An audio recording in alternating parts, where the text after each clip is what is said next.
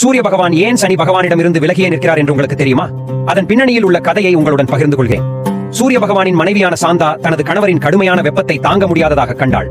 அதனால் சூரிய பகவானுக்கு இணையான சக்தியை பெற சிவபெருமானை நோக்கி தவம் செய்ய முடிவு செய்தாள். அவள் காட்டிற்கு புறப்படுவதற்கு முன் தனது சொந்த நிழலில் இருந்து தன்னை போன்றே இருக்கும் சாயா என்ற ஒரு பெண்ணை வடிவமைத்தாள்.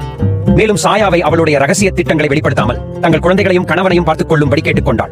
சூரியதேவன் சாயாவை தனது மனைவி சாந்தா என்றே நினைத்தார். இவர்களது சங்கமத்தின் மூலம் சனி என்ற குழந்தை பிறந்தது. சனியை பார்த்ததும் சூரியதேவன் ஆத்திரமடைந்தார். குழந்தை அவரை போலல்லாமல் அவரது புத்திசாலித்தனமும் அரவணைப்பும் இல்லாமல் இருந்தது. மாறாக சனி கருமையாகவும் குளிராகவும் தோன்றினார். சூரியதேவன் சாயாவிடம் குழந்தையை பற்றி விசாரித்தார். அவன் அவர்களின் முறையான சந்ததியா என்று சந்தேகித்தார். இதனால் கோபமடைந்த சனி தேவன் தனது தந்தையை கோபமாக பார்த்தார்.